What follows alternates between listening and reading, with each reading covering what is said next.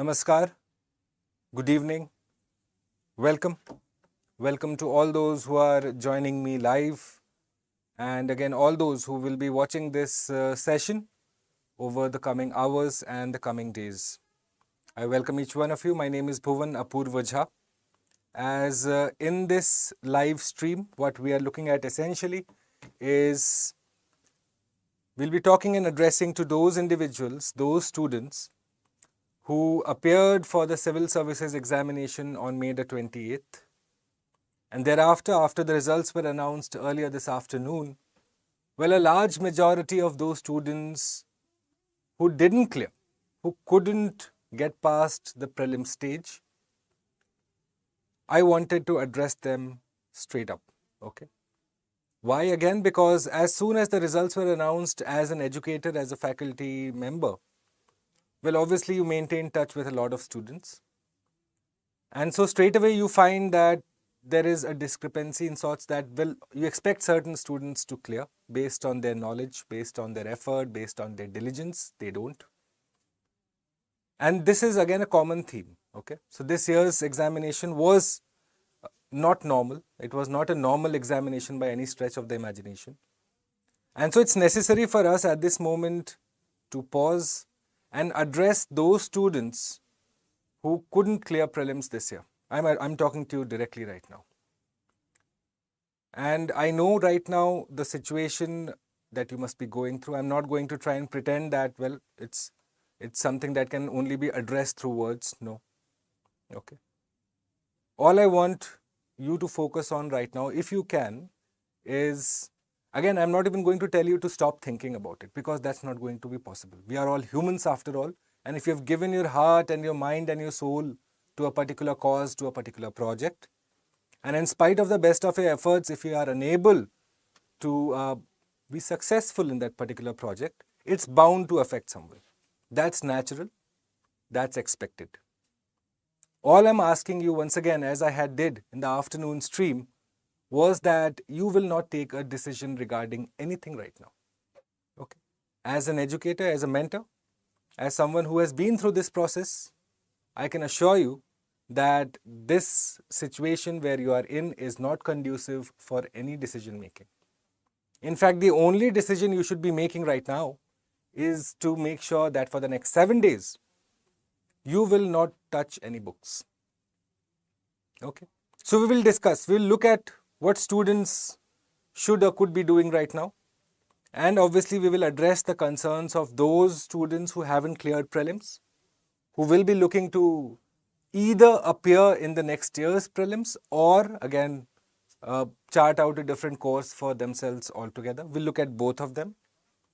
However, let's begin first with what essentially is at hand, So what are the facts and figures? Very briefly again, I don't want this to be a lecture theme. I want it to be more interactive.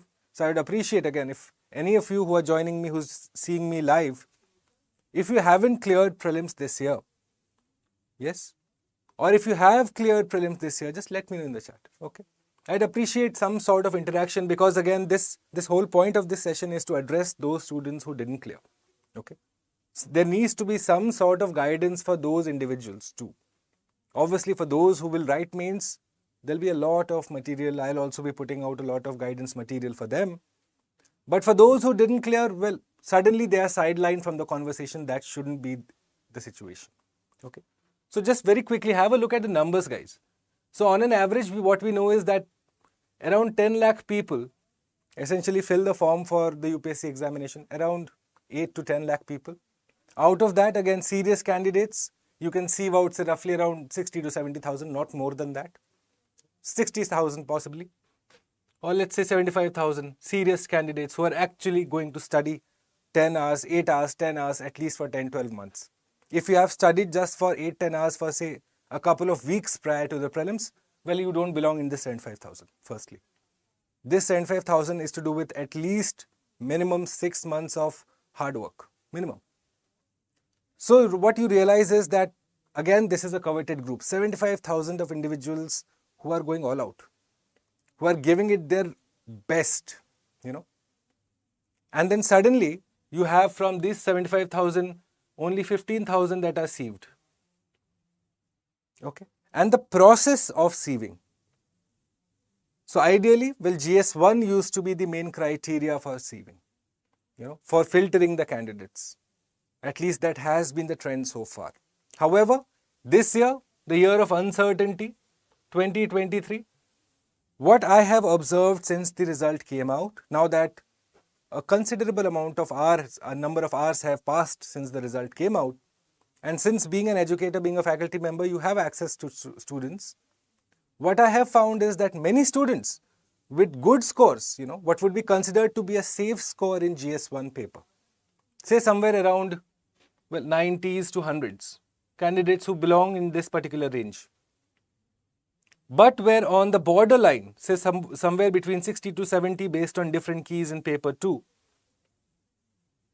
Yes, you suddenly find that a whole lot of candidates who scored pretty well in paper 1 but were probably found out in paper 2.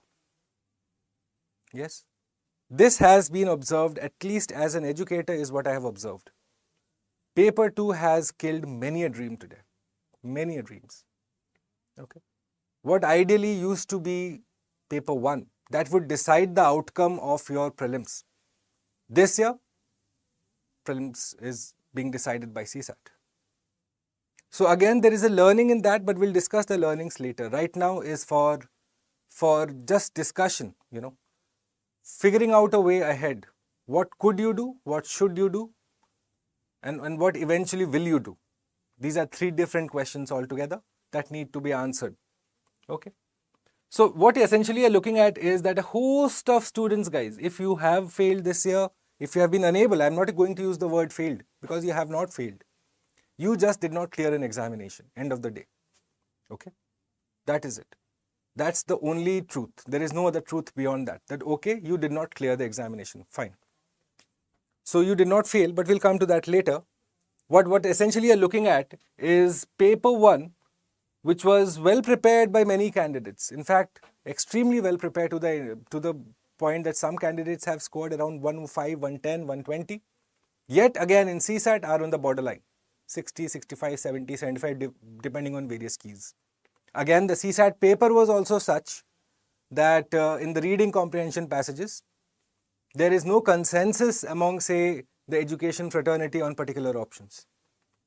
So a particular organization might claim B based on their logic. Another organization might claim C based on their logic. The student again is left to guess. So going forward, if you have been unable to clear prelims this year, what I want of you and what I expect of you right now is to move past this stage. Okay, this must be being felt by a majority of the candidates. This self-blame, blaming God, finding a rationale or a reason as to why you failed. Yes, and these are questions that I have asked myself when I failed. I have heard from students in the previous batches. Okay, and so this is very common to feel, this is very natural to feel. Don't let anyone tell you that there is a particular process to grieving. Everyone grieves in their own manner. Some people like to cry out loud, some people don't like to cry out loud. Both are fine. Okay, it's a personal emotion, it's a personal process. However, as an educator, what I'll tell you is that these questions, why me? We often ask this, no? If all the troubles in the world have to happen to me only. This question, I'm sure many students this evening will be asking themselves, why me? What wrong have I done? Did I not study hard? Was I not diligent? There is no answer to that question, guys. Yes? Similarly, the tendency to blame UPSC or the tendency to say that probably there was a mistake. We will never know. That such is the system. Even if a mistake is made, we will never know. Okay? The system, even though is transparent, is still to a certain degree very opaque. Okay? Where is God in this? All of these are natural feelings, guys. Okay? So what you are expected to do right now is quickly move past this.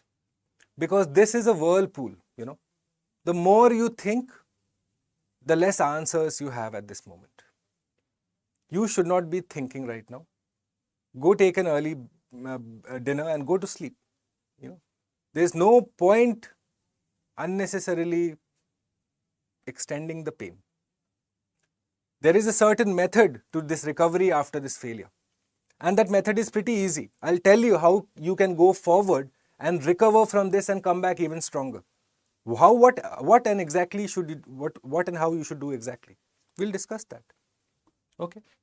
All of this, how I'll face my relatives, friends, wo char log. In our society, this is very common. Which is why most students who appear for the UPSC don't probably say this or advertise this to a lot of people, rightly so. But if you are one of those unlucky people whose parents, whose relatives or the friends know that you're preparing, and if you have failed, it's okay, there is no shame, firstly.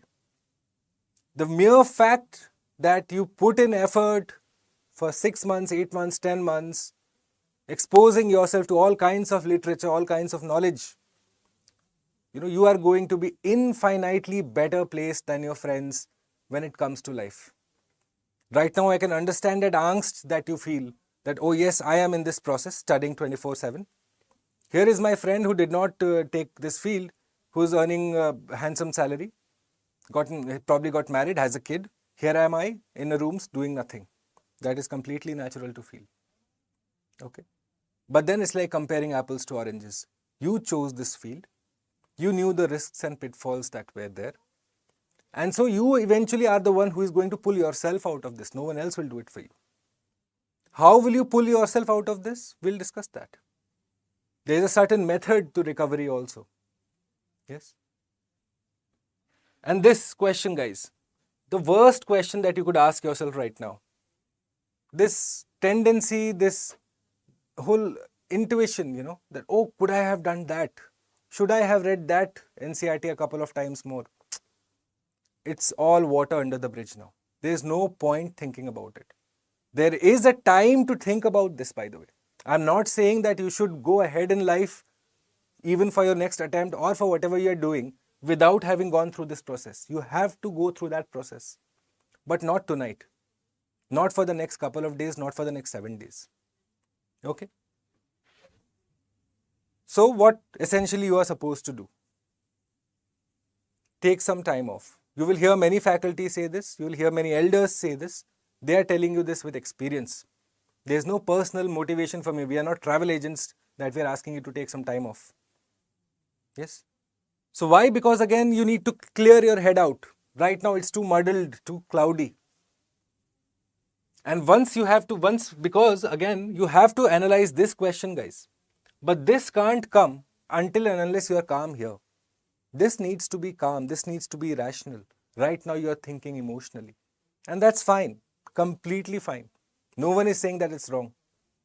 Right now though, is not the time to answer that question. Okay? So, now is not the time for you to do either of this. Don't do this. There's no purpose. Okay? There's no learning. It will be a waste of time, of effort, of your emotional energy. Okay? What you're supposed to do right now is just this. Only this. Many people avoid this, processing their feelings, talking about what failure has done to them or what is it doing to them. Like I told you in the afternoon stream, for the very few who joined me in the afternoon stream, I had told you that feeling after you have failed in the prelims is almost like someone punched you very hard in your stomach and you can't breathe. You're finding it difficult to breathe. That's the feeling most students get. The whole air is sucked out of your body. It's fine. It's going to get better. You will eventually get better after this. So, but you need to process your feelings. Talk to your parents. They might be angry. They might be completely disappointed in you.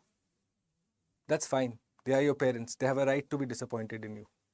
But they also have a duty, and you also have a duty to talk to each other. Go ahead. Talk to them about how you feel at this moment. Because eventually, solace. You need to find solace somewhere. Yes, someone who is going to be non-judgmental in the way they listen to you without thinking, oh, what a failure. No, you're not a failure, firstly. If that person calls you a failure, that person has no idea what success or failure is. Right?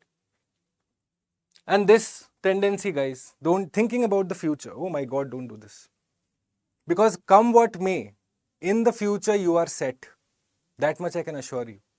The mere fact that you have studied for a year diligently, or probably a couple of years, 3 years, whatever, the number of attempts, depending on what you have studied for, how long you have studied for, your career is going to be absolutely fine. Why? Because you carry knowledge with yourself. The light of knowledge is with you right now, inside you right now. You will never escape that light. I know of many people again, both who have cleared, gotten into the service, and those who didn't get into the service. And the habits they developed during the preparation days, reading the newspaper early in the morning, knowing what news to read and what news to not read, analyzing, opinion, all of that are your part of your arsenal now. Yes, your opinion, your analysis will be far different, far too refined than anyone else in the room. So you don't need to worry. Okay, if you have been diligent, if you know your subject, it will serve you well in the future, for sure. Right? And finally, do understand that this is the worst part. The prelims result is the worst part. After that, it only gets better. Why? Because you have hit the bottom, rock bottom. After this, there is no lower to go. No? So this is it. Now you know that, okay, I have hit rock bottom. The only way here from is up. You are going to do that. You are going to process everything. You are going to analyze and come back stronger. All of that is going to happen, but at a correct time. At a time and place which is apt and appropriate. Tonight, when the results have come in the afternoon, tonight is not the time. Okay. Going forward now, guys, what are you supposed to do essentially? If your financial ability so allows, if you have the financial resources, I suggest get out of town. Okay. Go somewhere. Doesn't have to be a tourist place. Go to your village. Go visit friends whom you haven't met for probably ages. You've made excuses that, oh, I'm preparing for UPSC. Go meet them. Do something that you have been putting off using UPSC as an excuse probably. You want to go trekking in some place in Jammu Kashmir? Go. You want to go visit the Char Dhams? Go. Do whatever. If you have the financial ability, capability or the support or assistance, go. Go for 4-5 days. Why? Because it's important to get out of this rut, guys. Staying in a room for years on end, studying the books, the NCERTs, the core textbooks, the mock papers, newspaper, you start to look at things in a very theoretical perspective. Sometimes it is good to get out there. Do that. Yes, there are no pitfalls to this. In fact, you must have, if you have studied your history, you will know Mahatma Gandhi. Before he started this whole crusade in India, well, he went on a Bharat Darshan of his own. He saw India. And sometimes it's important. Why you should realize why travel is important or why any sort of activity is important is because it leads to personal growth. Which is why you will see individuals. Why do you think the Beatles traveled all the way from there till India and came to a particular shrine? Or why do you think most of the innovators go out, travel? Why? Because it opens your mind. It lets you see the bigger picture. Sometimes you need to get away from all of it to realize how much do you miss it or how much do you love it or how much do you hate it. Right now you're too close to the process. Too close. Which is why, again, if you can, if it's in your ability, go out. Go out for a couple of days. Yeah? And do something that you've been putting off. Many students do this during the course of their preparation. Oh, I'll not meet my friends. I'll not meet this. I'll not meet that. It's not required. Okay? It's unnecessary strain on yourself. Sure, before the examination, 5 days before the examination, you don't attend a party. Fine. That's understood. But that does not mean that you socially isolate yourself. Okay. So go ahead. Do something that you have been putting off for a long, long time. And answer these couple of questions, guys. When you go on a trip or when you sit down and probably think about how you're going to spend your free time, don't think about the examination. Don't think about the paper. Don't think about CSAT. Ask yourself, what is it and why is it that you want to be a civil servant? Now your reasons could be whatever you want, You could claim money, fame, help me in marriage. Whatever reasons you claim, they're all justified. I'm not even going to debate any of that. It's not my place. All I'm saying is, identify that reason first. Make sure that the reason is such that you stay glued to your chair, that you're willing to go ahead through the process again, if you're attempting again. That motivation needs to be identified, guys. Far too many people in this process are just dead from inside. There is no fire, there is no motivation. Yeah. This is not another class 10 level or 12 level board examination, firstly. That mentality, that mindset has to be gotten rid of first. Right? Thereafter, see what exactly is it. Find your calling, especially for those who have probably exhausted their attempts. It's important to find your niche area of interest. Whether if you like international relations, well, you can go ahead and apply to these think tanks. Showcase your writing prowess. Yes. If you want to have a particular job or a particular course, figure it out. Sit down, analyze all of that. But that will happen later. Okay, that will happen later. First, you need to heal. First, you need to understand that, well, this is not the end of it. The possibilities after this are endless. Right? Go ahead. Answer these questions, guys. How many of you actually have read a non-UPSC related book in the last, say, 12 odd months or 24 odd months? Not many. I'm not saying that this will help you recover or help you heal. But for sure, you will realize that there is so much to a personality that you haven't done. Okay? That NCRTs and the core textbooks are absolutely mandatory. But besides, without all of these, well, your personality is only half-baked. Okay? For a well-rounded personality, for a personality who has an officer-like quality, what UPSC demands of you, how many of these do you have right now? Invest in yourself. Now is the perfect time. Yeah? Going forward, like I told you, after you have done that, after you have took some time off for 5 days, thereafter comes the power of analysis. Then we will sit down and we will figure out where you went wrong. Okay? What essentially you are going to do is, on a particular day, after you have come back from this 4-5 days break, come back, sit down on a table and chair, and solve the GS1 paper and the CSAT paper exactly in the same exam conditions that you had solved on May the 28th. Okay?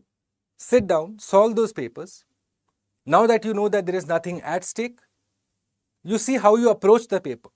Was there a difference in the way you approached the paper on May the 28th versus the approach that you took on that particular day? Why is this important, guys? Why is this? I'll tell you why is this important. Okay? So sit down and solve these two papers. Pick a particular day, say next week probably around Monday, Tuesday. And then you have to understand where was the fault that you made. Because guys, the fault can only be at these 3 places. It's either in your understanding, your interpretation, or your application of that interpretation in the options, or your exam temperament, which means that you were far too nervous, far too conscious, far too self-aware at that particular moment, and which is why probably you messed it up. Why is this figuring out important? And this can only happen in week 3, after you have done the previous slides. Yes, we are not fools, guys. I'm telling you this because this will help you.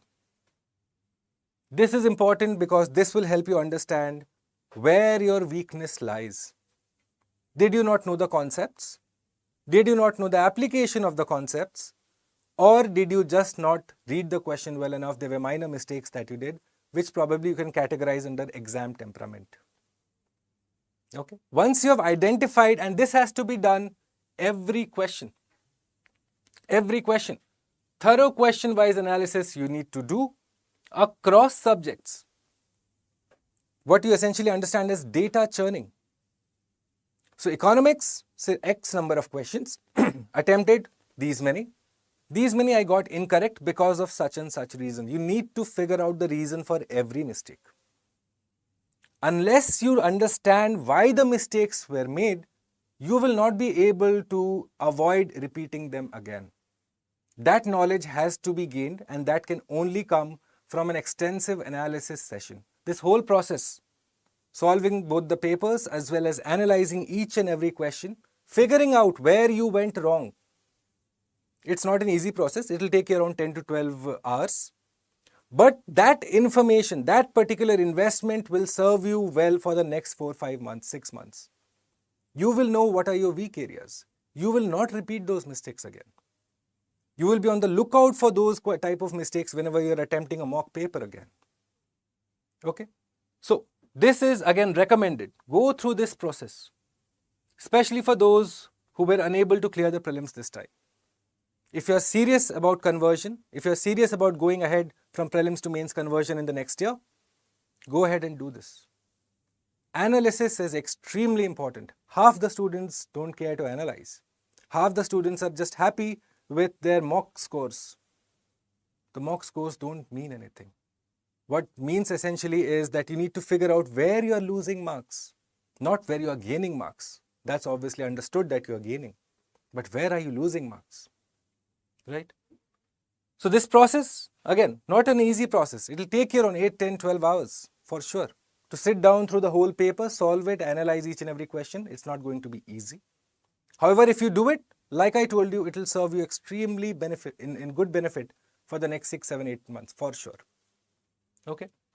Finally, for those who have attempts left, if you are hoping or if you're wanting again to go through this process, again, this is a decision that you will take after you have followed the previous steps. Well, there needs to be an element of course correction. You can't be doing the same thing again and again and hoping for different results. That does not work. Okay. If you have given prelims, say, a couple of times, and if you have been unsuccessful so far, well, there needs to be a course correction. There needs to be something different that you need to do. Okay. So, course correction based on your assessment. Like I told you, that assessment is important, whether the problem was in CSAT or the problem was in GS. If the problem was in GS, which particular subject? In CSAT, which particular area? Okay. This needs to be done. And only then can you understand where to course correct. Okay. Blindly following that, okay, we'll start from NCRTs and start the whole process again. Well, that might be beneficial, but then how are you going to identify your weakness? What mistakes did you do? Okay. Start from NCRTs. Obviously, after you have course corrected, identified, go through the fundamentals, the basics again. First things first. Forget the Hindu, the Express and this and that and the fancy economics survey. No. Go through first economics, NCRT. Begin from there first. Unless the base is again readied, you will be at the same position next year again. Okay. So starting from the NCRTs, and then this is extremely recommended. What essentially you have been given is a golden opportunity, 3 to 4 months, for you to exclusively devote in your optional subject, in your writing skills. Something that you could probably have to do in a lesser amount of time if you were writing mains this year. But if you are again appearing next year, targeting for next year, use these 3 months the most judicious manner. Okay. After you have done the analysis, everything, sit down. Figure out a course ahead for the next 3 months, specifically aimed from the mains perspective. Prepare as if you are writing mains for this year. Okay. Why? Because this is going to hold you extremely beneficial in the long run. Your answer writing skills will be infinitely better than someone who will probably be doing it for the first time. It gives you an advantage. Why not take it? Okay. Do not lose touch with news analysis. Many students do this. Yeah. Prelims gone, then after that they're off the news. They'll not be reading newspapers, no analysis, no editorials, nothing. And then suddenly in November they'll wake up, they'll be like, okay, now we have to study for prelims. You've already left 3-4 months of content. Just increased your workload. At the same time, you know that current affairs is cumulative. The knowledge increases cumulatively, fact by fact by fact by fact. After that, you build your castle of knowledge. If suddenly there is a gap in the middle, you have to do extra work, double work again. So make sure that you remain in touch with news analysis. Read the newspapers at least. Have a look at the editorials. Don't completely sideline them. Okay.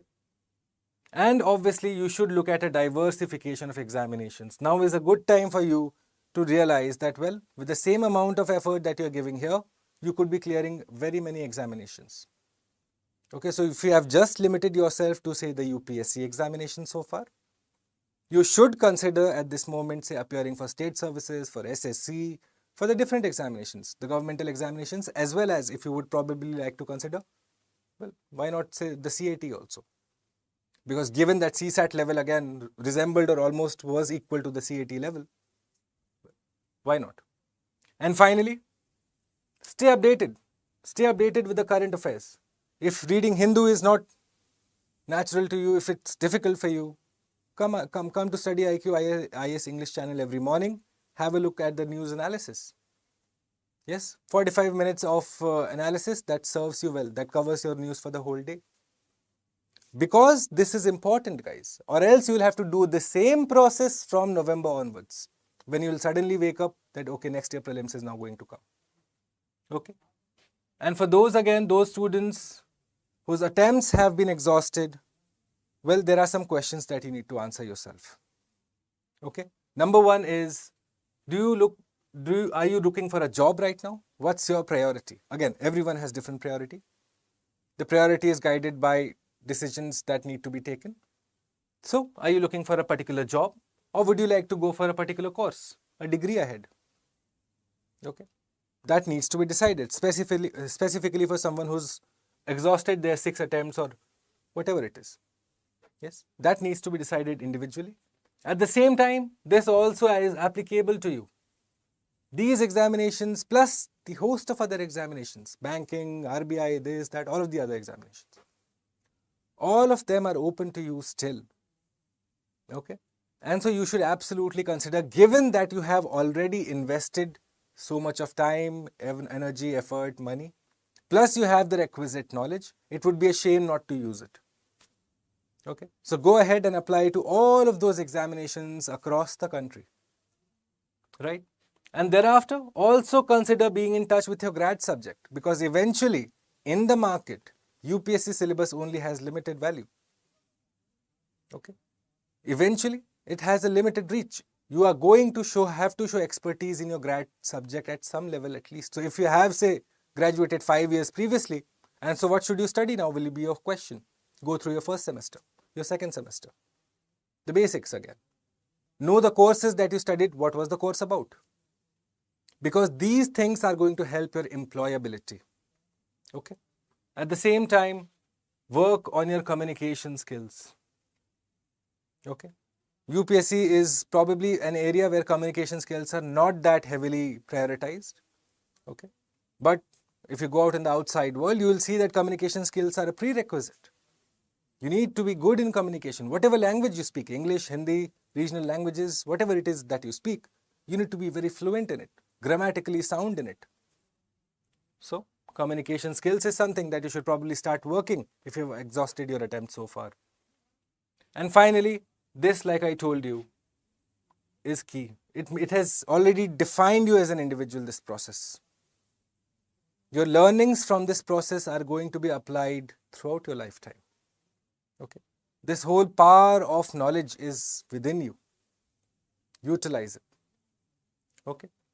And obviously, stay updated with the current affairs that we at StudyIQ IAS English come up with. It will be most beneficial and useful, even if you are looking to, say, target the other examinations.